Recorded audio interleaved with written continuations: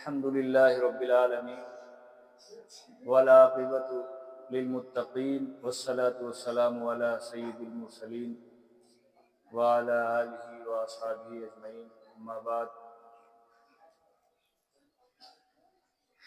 قال النبی صلی اللہ علیہ وسلم من تشبہ بقوم فہو منہم۔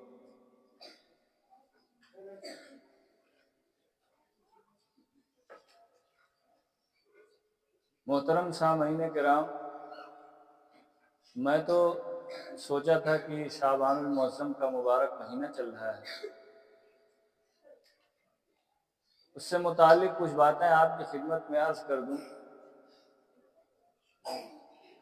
وقت بہت کم ہے اور آپ حضرات کا چہرہ بھی دیکھ رہا ہوں۔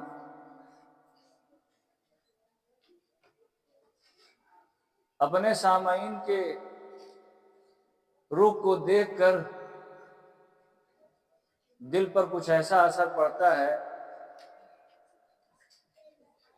اگر کہنا کچھ ہوتا ہے، بہت کچھ ارمان ہوتے ہیں، لیکن حوصلہ پست ہو جاتا ہے۔ اور اگر سامعین کے اندر بشاشت ہے، پوری جرات کے ساتھ، پوری توجہ کے ساتھ وہ بات کو بغور سنتے ہیں دین کی، تو کچھ باتیں اور ہو جاتی ہیں۔ بہرحال شعبان المعظم کا مہینہ یہ مقدمہ ہے رمضان المبارک کا، اتنا مبارک مہینہ آ رہا ہے، اسی لیے شعبون سے بنا ہے۔ شعبون کے معنی آتے ہیں شاخ در شاخ۔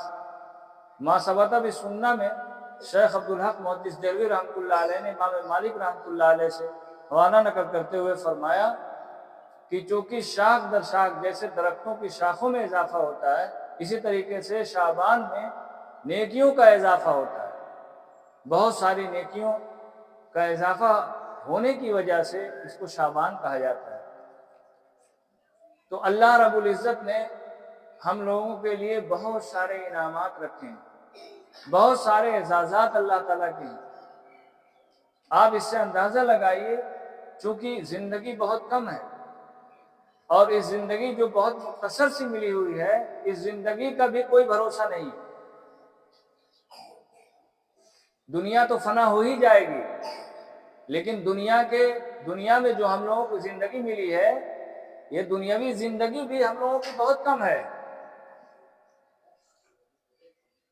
میں ایک عرب کی ایک نیوز دیکھ رہا تھا، وہاں قبرستان بغلی ہوتا ہے۔ بغلی قبرستان جانتے ہیں؟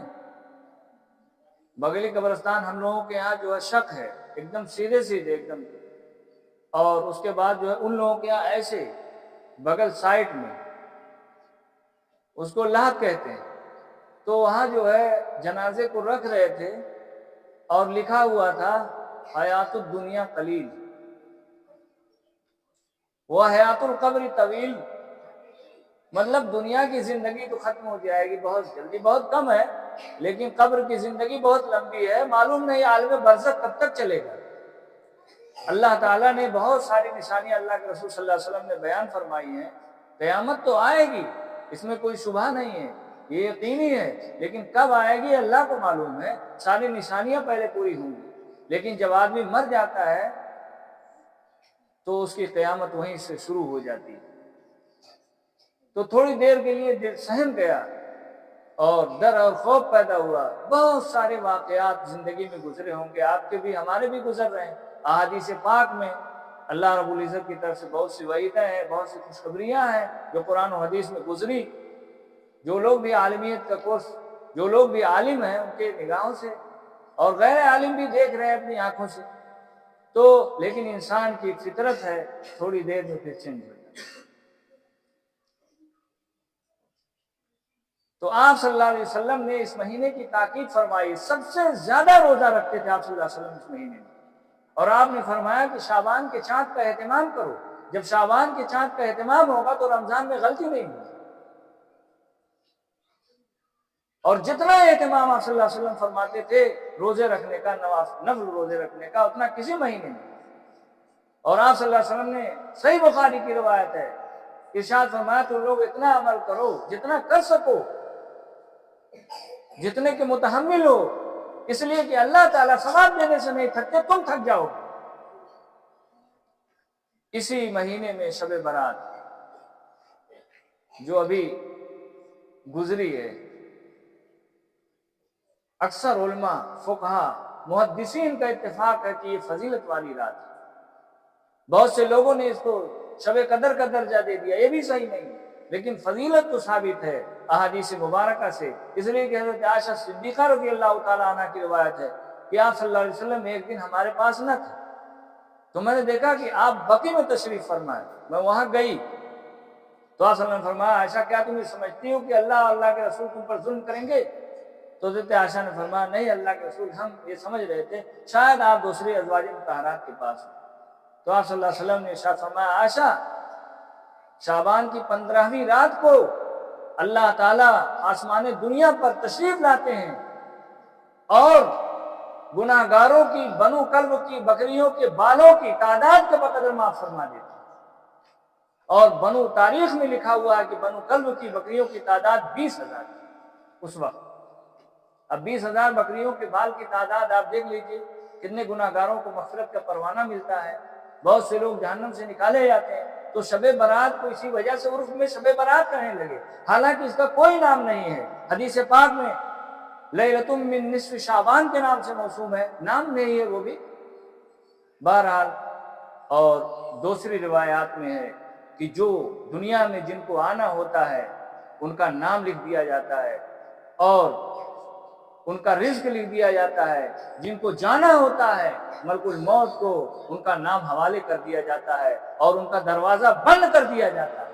اب سوچو، اور حدیث پاک میں اللہ کے رسول صلی اللہ علیہ وسلم نے فرمایا کہ صرف قاتل اور کینہ پرور حاسد کی مغفرت نہیں ہوتی بلکہ سب کی مغفرت ہو جاتی ہے، تو اس لیے فضیلت نہیں ہے بھائی۔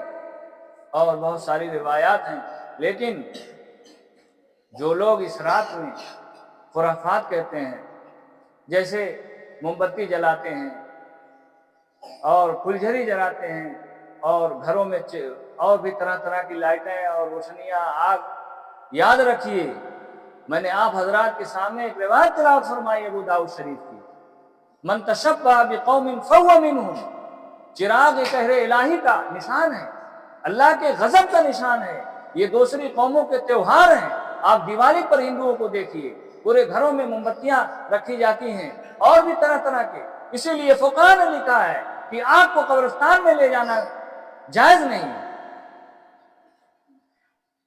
اور دیکھیے آتش بازی کیسے ہو رہی ہے، کتنے پٹاخے پھوڑے جا رہے ہیں، تو جو آدمی جس قوم کی مشابہت اختیار کرے گا اس کا حشر اسی کے ساتھ ہوگا۔ تو اپنے آپ کو بچاؤ۔ اور بہت سارے خرافات ہیں، خاص طور سے الحمدللہ اب اپنے علاقے سے بدعت کی ہوا اکھڑ رہی ہے۔ کوئی چیز مستحب ہے، جیسے کوئی چیز بے قید ہے کہ اس میں جو چاہے نفل پڑھیں، جو چاہے ذکر کریں، جو چاہے تلاوت کریں، جو چاہے اللہ تعالیٰ کے جو بھی احکام ہے اس کے مطابق آپ نفل کر سکتے ہیں۔ ایسا نہیں ہے اب اس کو آپ قید کر دیں کہ نہیں فلاں سورت پڑھی جائے گی، فلاں نماز پڑھی جائے گی جماعت کے ساتھ، یہ سب بالکل بدعات ہیں، اور یہ عبادت نفلی عبادت مستحب ہے۔ اگر آپ نے اس میں اہتمام کیا کہ وجوب کے درجے میں پہنچ گئی تو یہ بدعت ہو جائے گا، جیسے حل اتیٰ کا حدیث الغاشیہ اور سبح اسم ربک الاعلیٰ پڑھنا مسنون ہے۔ اب کوئی اس کو واجب سمجھے کہ نہیں اس کا پڑھنا ہی جمعہ میں ضروری ہے تو یہ بدعت ہو جائے گا۔ بہرحال بہت سارے ایسے خرافات ہیں کہ قبروں میں اگربتیاں سلگائی جاتی ہیں، اس میں کیا نام، گھر میں اگربتیاں ہیں، لوبان ہیں اور طرح طرح کی خوشبوئیں کی روحیں آئیں گی اور دیکھیں گی کہ حلوہ بنا ہے کہ نہیں، کتنے لوگ اس طریقے سے فاتحہ پڑھے ہیں کہ نہیں، یا اس طریقے سے اور بہت سی رسم رواج ہیں، حلوہ ملیدہ بنا ہے کہ نہیں، تو یہ سب ممنوع ہے، شریعت سے اس کا کوئی تعلق نہیں ہے۔ تو اپنے آپ کو بچائیں دوسرے قوموں کی مشابہت سے، اپنے دین پر عمل کرنے کی فکر کریں۔ اگر دین پر اپنے صحیح طریقے سے عمل کریں گے تو انشاءاللہ کامیابی میں کوئی شبہ نہیں ہے۔ اور دین کیسے پتہ چلے گا؟ آپ اٹھا کر دیکھیے دور صحابہ میں یہ چیز تھی کہ نہیں تھی، ہمارے سلف نے، ہمارے اکابر نے ان چیزوں پر عمل کیا تھا کہ نہیں کیا تھا، انہوں نے کیا عمل کیا تھا، کیسی زندگی گزاری تھی، کس طریقے سے ان کا کیا خیالات اس کے بارے میں، اس کا آپ مطالعہ کیجئے، اپنے علماء کی صحبت میں رہیے، صحیح دین کو سیکھیے۔ اگر آپ نے ان من گھڑت چیزوں میں پھنس کر اور اپنے وقت کو برباد کیا، ساری رات قبروں پر لوگ گزار دیتے ہیں، آپ صلی اللہ علیہ وسلم سے پوری زندگی میں ایک مرتبہ سیکھ جانا ثابت ہے۔ پوری رات لوگ گروہ بنا کر قبرستانوں میں جاتے ہیں۔ بتائیے بھائی، یہ سب باتیں کہاں سے آپ نے گڑھ لی؟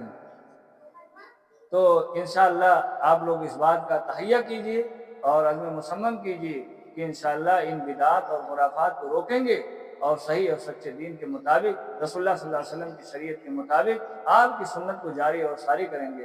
اللہ تعالی ہم لوگوں کو کہنے سننے سے زیادہ عمل کرنے کی توفیق عطا فرمائے۔ آمین۔ وآخر دعوانا الحمدللہ۔